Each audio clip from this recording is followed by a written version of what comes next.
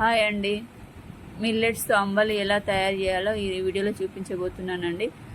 ఎన్ని మిల్లెట్స్తో ఊదలు కొర్రలు అరికెలు వేటితోనైనా ఈ అంబలి ఈజీగా చేసుకోవచ్చండి. చాలా హెల్దీ కూడా.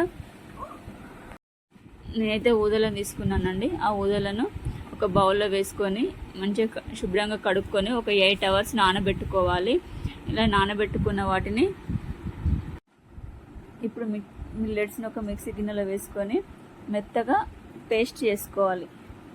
ఇలా కాకపోయినా కూడా పౌడర్ లాగా చేసుకొనైనా చేసుకోవచ్చు. కాకపోతే నేను నానబెట్టుకొని ఇలా చేస్తున్నానండి. ఇప్పుడు వీటిని ఒక గిన్నెలోకి వేసుకొని ఒక 5-6 గ్లాసుల వాటర్ వేసుకోవాలి.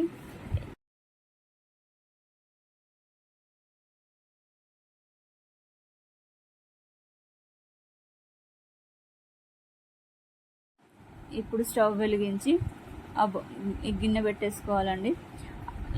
లో ఫ్లేమ్లోనే మసలనివ్వాలి.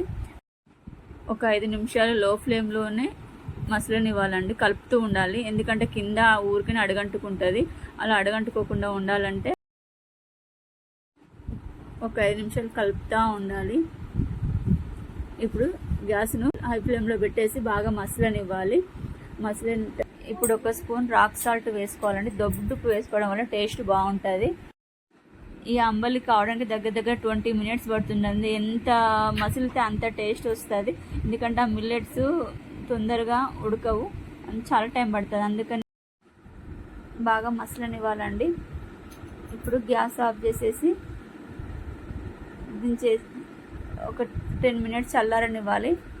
చల్లారిన తర్వాత వీటిని ఇప్పుడు ఈ అంబల్ని మట్టి పాత్రలోకి తీసుకోవాలి.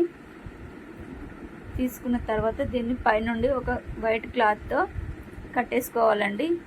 ఇలా కట్టేయడం వల్ల లోపల అంబలి పులుస్తుంది అన్నట్టు, టేస్ట్ బాగుంటుంది బయట. ఇప్పుడు ఈ అంబల్ని నెక్స్ట్ డే తెల్లవారి తాగితే చాలా బాగుంటుందండి.